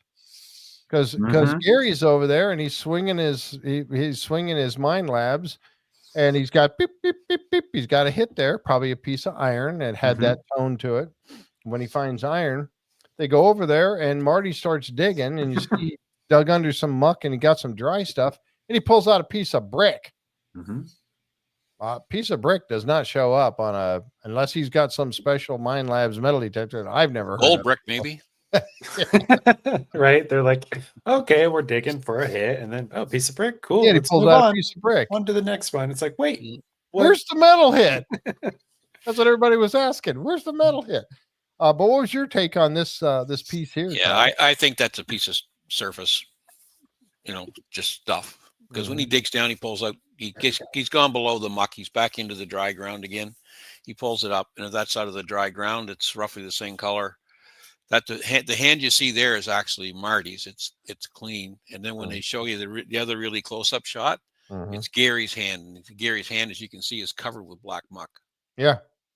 Right. Yep. That's the other close up shot they show you. But even when they show you that one, the edge of it's quite brown. If that was buried in black muck and it was brick, it would be black, in my opinion. Yeah, it would have soaked in pretty quickly. I think you're right. Yeah, it's interesting, in connection maybe to the vault. And then also made me think of Laird, how Laird was saying when he talked to us that, they think that there was some type of brick making operation going on. So, just kind of more evidence of that. Right. Yeah, exactly. That's kind of what I was thinking too. But yeah, it made me think, okay, is that like a hint of something to come? Maybe they're going to find another vault in this area. That's right. And then they can allude back to it. Remember last week when we found that piece of brick? Well, here's what it was from. Right. So I'm hopeful. I'm really hoping that's the case. If you're dragging bricks along there, carrying them on a cart, and they're banging back and forth, pieces are going to chip off and fall. I like that. Yep. So, but we never did see what the metal hit was. So, do we assume that it wasn't that important? Next time. Well, did you guys see what Coach said? Google said bricks have metallic content. What, enough to pop up on a metal detector? Maybe. I wouldn't think, but bricks are basically just clay and sand, aren't they? But there is sometimes, and I know using, swinging the Garrett. I have Garrett. And I know that sometimes you have to see, you can set it for certain settings because sometimes you will get enough metal in the soils that are just soil metal that it will set it off. So I don't know, but he hit it with the pinpointer, didn't he? He went with the pinpointer. So it's right there. Yeah. And it was beeping hard. And then he pulled out, he said, and then, so that's when Marty went over with the shovel and started digging and came up with this piece of brick. And it's like, anyway, I don't know. Must not have been anything really important. No. Unless they're going to show us next week, which I don't know. We'll see. Yeah. Again, another look at the this one I like because you can see just how close they are to the water as well. And those little inlets right there. They're making their way that way. And it was an idea that they had to continue going over that. I guess Marty had mentioned Rick's been wanting to dig over here for 15 years. Because it is important. I think it's a good thing to look at in this area. It's a good adventure to look for. And what did they find? They found some more of these markers, survey stakes. Survey stakes. Two of them laying in the same general area. Actually, they ended up with several. Let me show you, Coach. That would have been Coach was just asking about that dam type structure they were looking for, and they did find something down there, but they didn't ever get the hits. That was right off of the beach area, right in here. Yeah, right up, just off the beach. I mean, you can almost kind of see it from certain angles of that area where it just looks like a natural buildup of material, or maybe just growth over the dam. But yeah, it would have been right up in this top area, right up here. And the dam is on Zena Halpern's map, right? Yes, there was a dam marked on her map. Yes, there was, right in here. Yeah, as soon as you stop that flow of water through there, stuff's going to start building up. Oh, absolutely. That's all to it. Without a doubt. And every storm's just going to dump in more. Yep. Is the map older than the construction of the road that we think? Like the source of the map? Yes. Map? I would say yes. Okay. Because my main thing would be like, why is there no road on that map? Because that road is huge. From cuts right across the island. You'd put that road on a map, wouldn't you? I would. Yeah. But it makes sense if it's older. Well, it's like the one on John Edwards, that page that he has. from that book that shows the line, all the lots divided, or some of the lots. It doesn't have all of them, but all 32 or whatever, but it does have some of them. So obviously that puts it after 1765-ish, when the lots were made or designed on oak. So that one was drawn after the fact. So there would definitely been a road. Oh, absolutely. Absolutely. At that point. Yep. They got these survey stakes. They found those in there. And got to look at those. And then they brought over Steve Guptill so he could come in and get a survey of this. And that this is one busy man, and he has put together Steve Guptill. I love having him on the podcast. We just did. For those of you who haven't seen it, I suggest you go back and watch it if you haven't already. Steve Guptill had him and Terry Matheson and Laird Niven were on the show. Had them live for about an hour and a half, and it was absolutely wonderful. They talked about so much. We concentrated mostly on Terry's area because he hadn't been on the podcast before, but it was really, really good. Well, Steve has put together, working so closely with Craig, he has put together a fantastic layout of everything that they have found on Oak Island. I mean, every time they dig down like this, get Steve over here. Every time they find something, get Steve over here. Let's look at it. And you look at some of his work that he's done that we're going to check out a little bit of it now coming up here. He has put together a fantastic map of Oak Island and the finds that it's going to really blows me away. I would love to really get a look at some of this stuff. If he can ever release this to the public down the road. I would love to see it, but they get him over here to pinpoint where they found these stakes and also the height, because as they go along here, they find also cobbled stones once again. Now you're clear up on the north side of that road that's going over to Nolan's house, and they're finding cobblestones one more time over here. You see them there.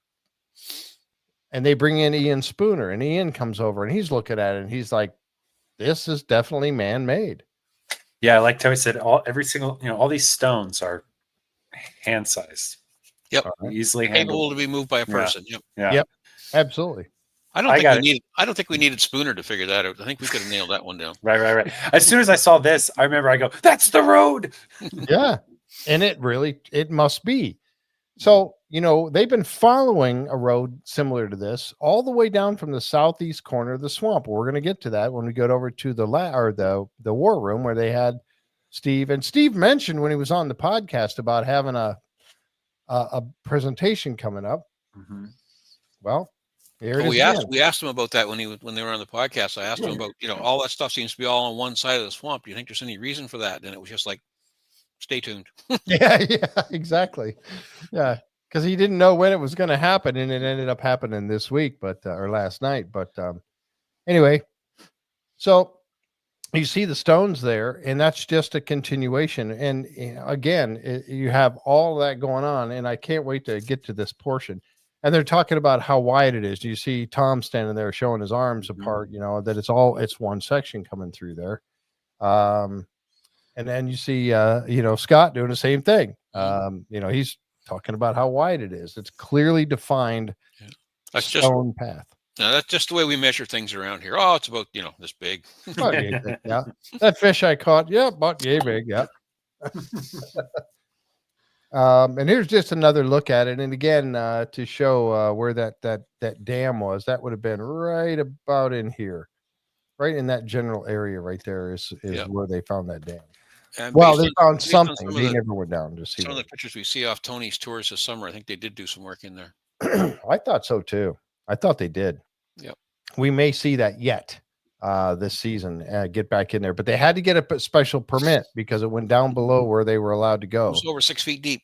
Yeah, over 6 feet deep. Yep. So they had to get a special permit for that.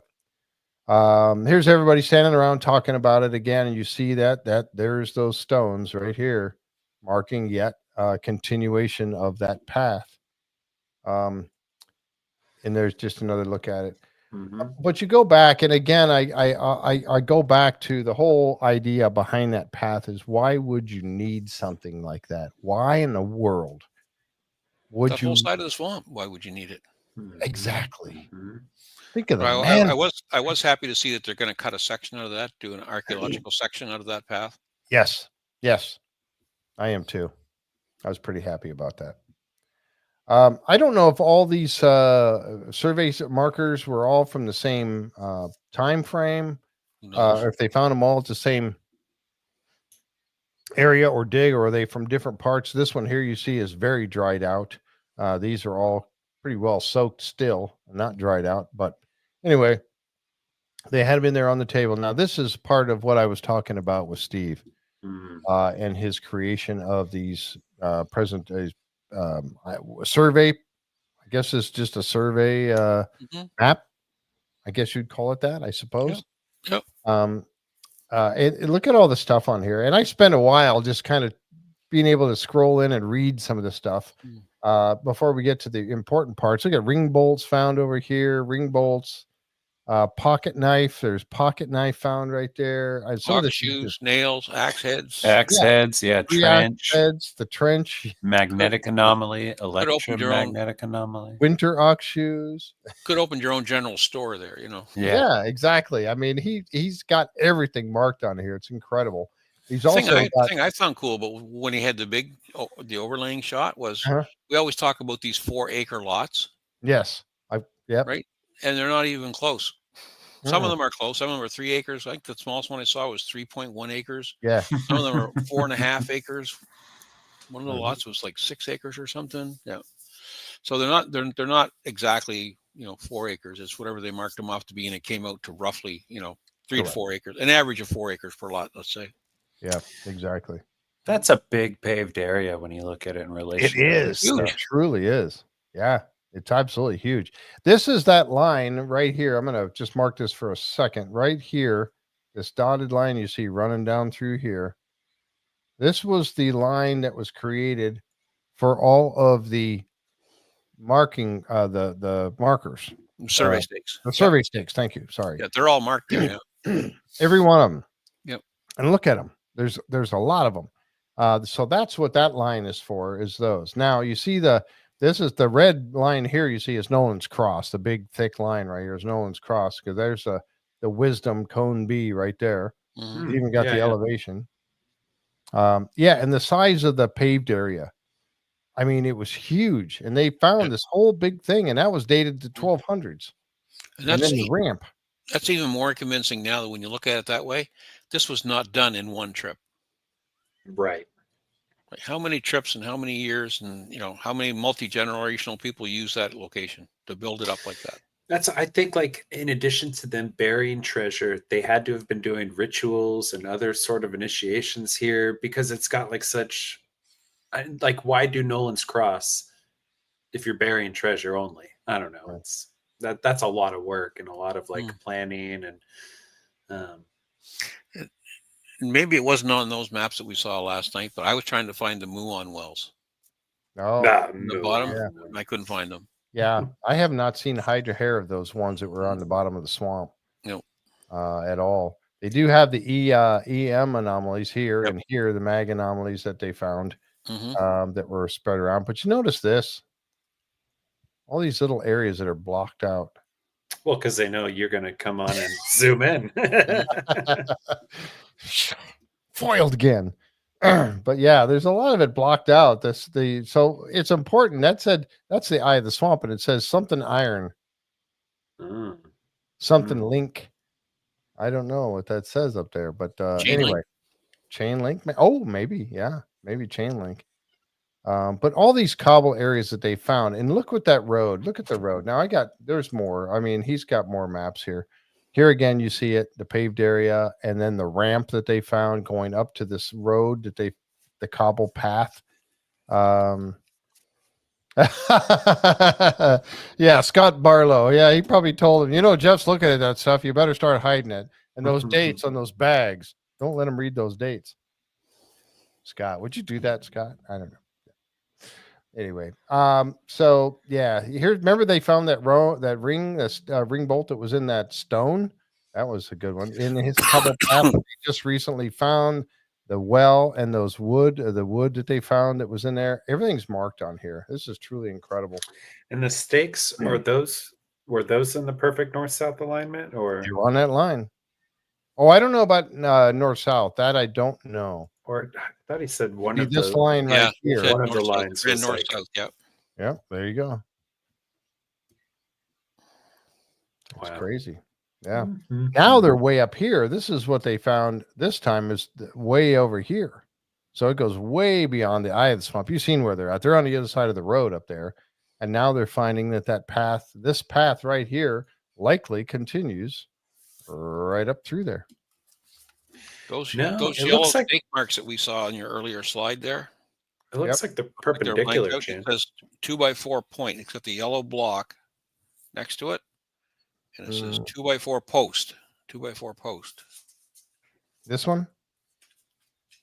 Yeah, you see all the white lines there next to your Yeah. post where it says 2x4 post. So whatever that's supposed to mean, I don't know. Yeah. Wooden survey stake is a red triangle towards the bottom. Is a wooden survey stake. Anyway, go ahead. Sorry. Oh no. I would love to just be able to sit and just talk to Steve about these things. So much information here. This incredible. This one here. Here you see the line. Okay, from that cobble path that they found and those wooden platforms and that line going up to where they're working now, right up in that same area up there. Right there, the brick vault that they found, the cobble layer again they found, and this says second eye. Yeah, I was going to ask, what is Yeah. that? Ooh, okay. I don't know. So is it like triangle and then an inverted triangle? I don't know. Because I feel Maybe. like it looked to me at certain times, I feel like you got the swamp Mhm. and then all those little areas that, Tom pointed out, sometimes looks like another smaller ones where the tips. So maybe the eyes are touching, but little, almost like maybe look like a grail. You're talking about as above, so below, maybe. Yeah, maybe. Or the Which, masculine? yeah, and someone else in the comments had said, maybe Nolan's Cross kind of tells you about some of the tunnels underneath, which I think is always, especially knowing what we know about the cross they found, which looks exactly like tunnels that over in Europe, right? Yep. Iron Cross. So they Yep. like to do that stuff. Yeah.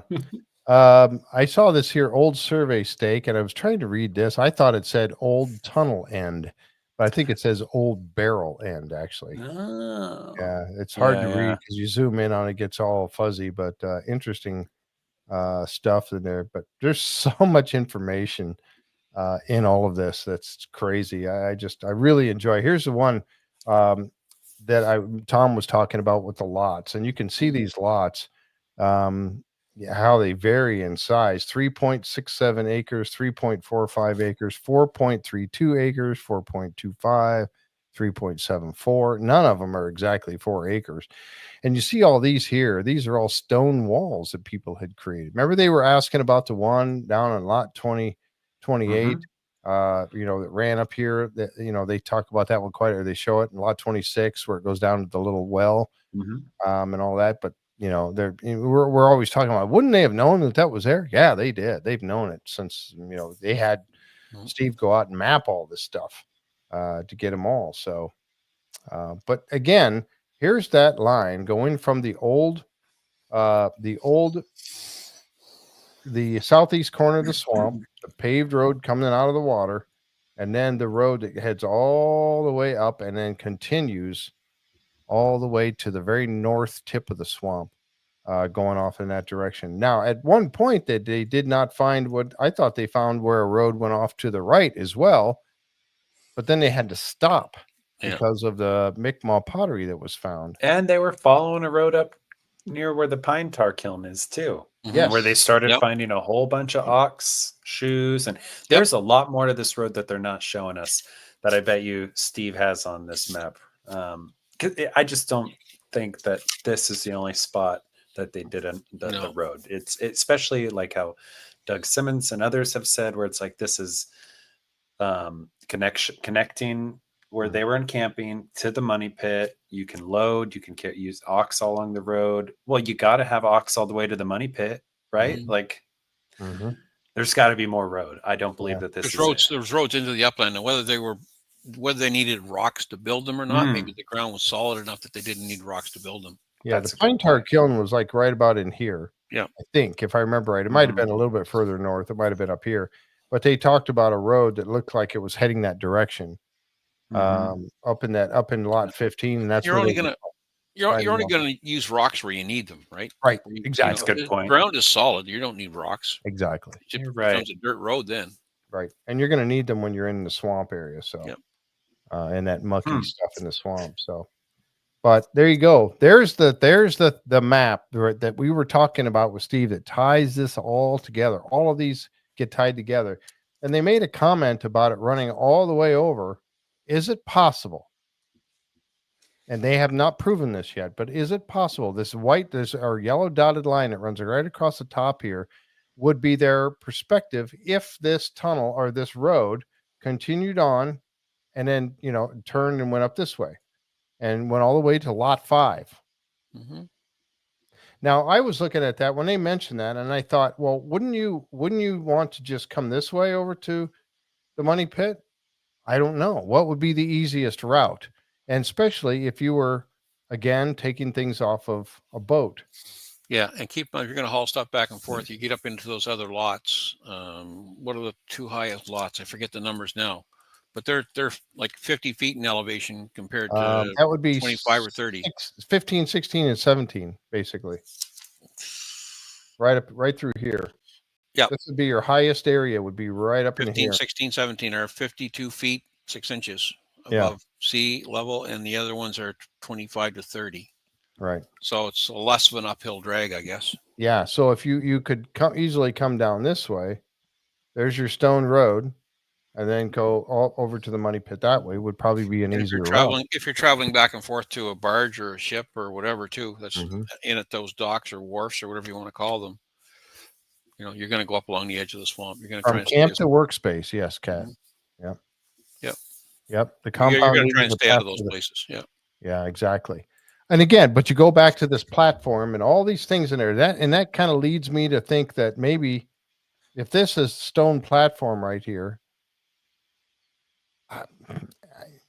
I go back to the whole thing about, is it possible that they could have been bringing those tender boats in, the ones that are, in there and offloading stuff in the swamp from there.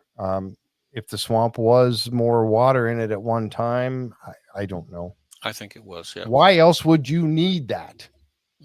That's the question I keep coming back to. Why else would you need that? You've got two. You could possibly have 2 docks or wharfs in there, right? One at the outer side of the swamp, a little deeper.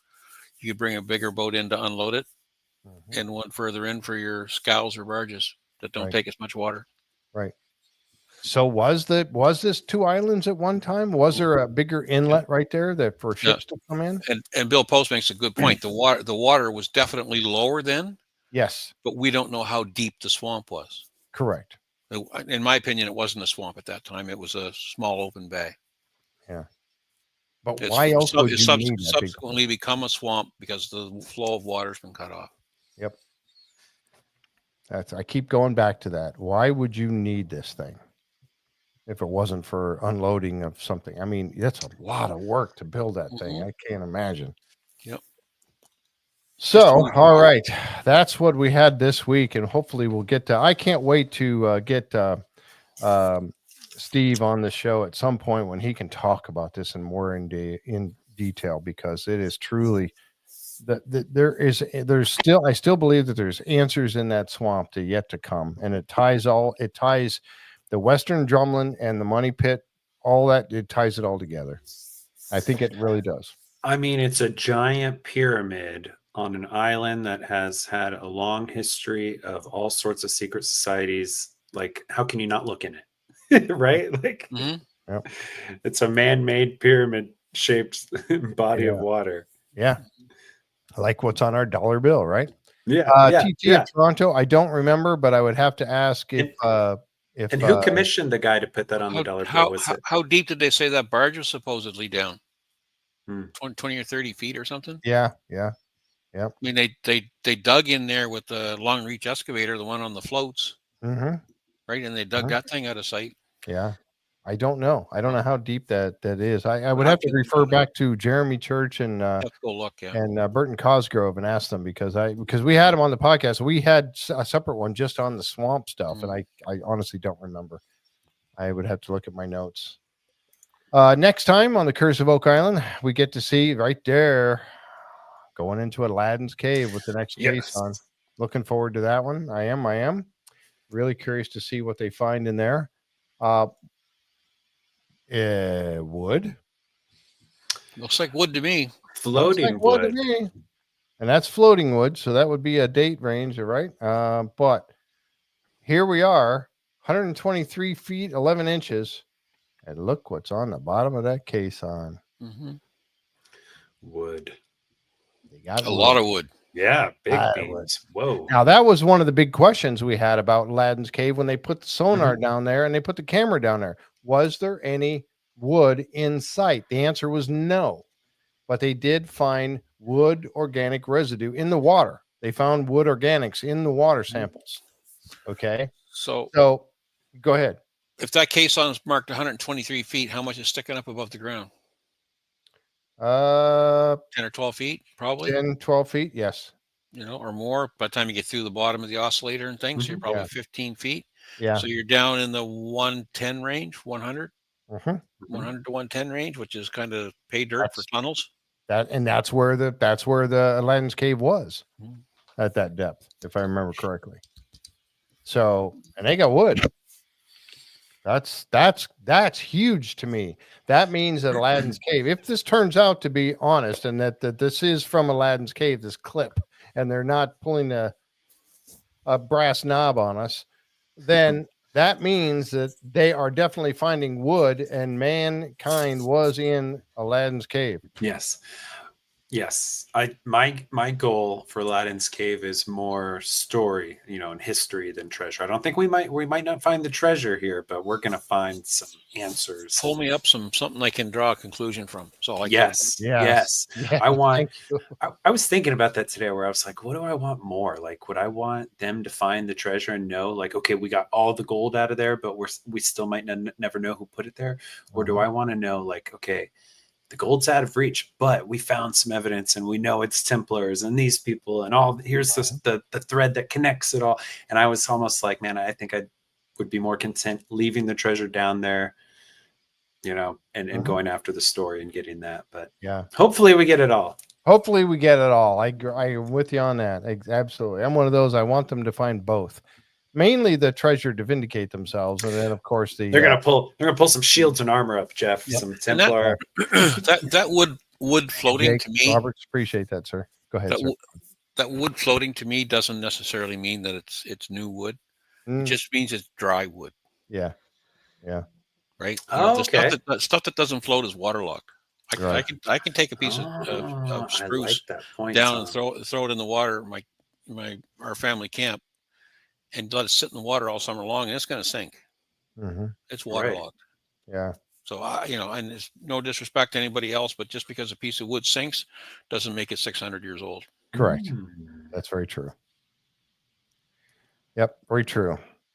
But I'm really excited to see what they come up with in Aladdin's cave. And if you can get a caisson down there, I hope they can get a camera down there or something, get a look around a little bit. Maybe, I don't know. Here's that picture that somebody just asked about. Did they get back to that area that they thought the so-called dam? I think they're there. I think that's it right here. That's the edge of the shore right there. I think that's the edge of the shoreline right there. What will they find? Well, we don't know for sure, but we do know that they found some wood down there when they were digging at 6 feet. What's that? We know they found stuff in there worth marking because we got pictures off of Tony's boat of Guptill in there with his magic staff. Yep. Magic staff. It is a magic staff. The magic staff. Yeah. Right. I would look at all this wood here. What's all that from? That's in the swamp. Did they find another little vault area, or did they find, I don't know, but all this wood is stacked up right there on those rocks, and those boulders are kind of making a campfire for lunch. Campfire. Yep. Coming up with something for lunch. Yeah. That's pretty interesting, isn't it? And they find this spike. and we found a spike. And that's a good rose head Yeah. X spike right there for sure. You had an example of one. Did I? Nope, I didn't get that picture. I meant to bring that picture over. You had a picture of one, Tom, that Send it to you in your own chat there. yeah, let me see. I got it here. Let me see. Bring this up real quick. But yeah, that oh, there it is. Yeah. Now where was this one found? This was brought up by a scallop dragger in the Bay of Fundy. Mm-hmm. Oh, look at all the scallops on there. Yep. Looks an awful lot like the other one, doesn't it? And they think it's a deck spike off of a ship. Yep. Hmm. So it looks an awful lot like that one right there. Here we go back to there being a ship in the swamp, huh? Well, we don't know exactly where he found this, but yes. Yeah. But I mean, any old spike, whatever you find, I mean, it's attached to a piece of wood, blows in a storm. I mean, anything you find in that swamp, in my opinion, that's, above 6 feet in the dirt is, could have been storm damage. Mm-hmm. That's a good point. When you see what these Atlantic storms are capable of blowing inland for hundreds of feet. Oh, we're not seeing what we're seeing. Oh, there you go. No. Sorry. Did I not show that picture? Nope. That's Scary's. Yeah, we didn't see Tom's if you were showing it. I'm sorry. It's okay. Oh, where did I do with it? Hold on a second. It's a magic spike. Disappeared. It disappeared. Just had it here a second ago. Okay, that's that one. Let me see. How about that one? There you go. There we go. All right, that's the one with all the scallops. Sorry about that, folks. I'm looking at my screen over here. Brought up by a scallop dragger out here in the Bay of Fundy. So, yep. The Mahone Bay is on the, let's call it the east side of Nova Scotia, and the Bay of Fundy is on the west side of Nova Scotia. Mm-hmm. Yep. So there's that one, and then of course the one that Gary found. Very similar, but that one was broken off. We don't know if this one is broken off, but we'll find out next week when we go along. So interesting stuff, nonetheless. Indeed. Aladdin's Cave is next, and I didn't catch what was the name of the show for next week. I forgot. Oh goodness, I saw it and I can't remember. I don't remember now. Maybe Coach knows. He might know. He always has that stuff. Right, Robert or Linda. Somebody will know. Somebody will know. Oh, but just I'm really not the three guys on the podcast. Yeah, except the three guys on Open Sesame. That was it. Open Sesame. Okay. All right. Yeah. Thank you very much. I appreciate that. So yeah, that's what's up for next week, and Aladdin's Cave and all that. Well, I tell you what, folks, we really appreciate y'all being here with us tonight. And going through this, we love to dig into these shows, and that's why we do this. We do it live because so much of it, you guys help with a lot of this information that we gather. You in the chat, and of course Linda and Jan writing this awesome synopsis that she puts out on the website, yeah, thank you, Jan. Facebook page for us and everything. It does take a team to do this. I appreciate it very much, and I appreciate those who have donated to the chat and doing a super chat and all of that. Appreciate that very much. It does take money to keep this thing on the air. I mean, StreamYard alone, you wouldn't even want to know what it costs. But I love doing it, and that's why we love to do it live, because we love to have you all here joining us through all of this process. So thank you for being here with us tonight. We definitely appreciate it, and all the hard work from Tom and Seth and Linda and Jan and everybody, all part of this. Thank you so very much. And with that said, folks, don't forget, tomorrow night, Bigfoot. Season 6, episode number 8, I think, is the finale. We're going to be covering that. And don't forget, we have the Skinwalker Ranch coming up in just I don't know if it's a couple of months from now, but it's coming up very, very soon. And we're going to have Eric Bard and Pete Kelsey on April 3rd.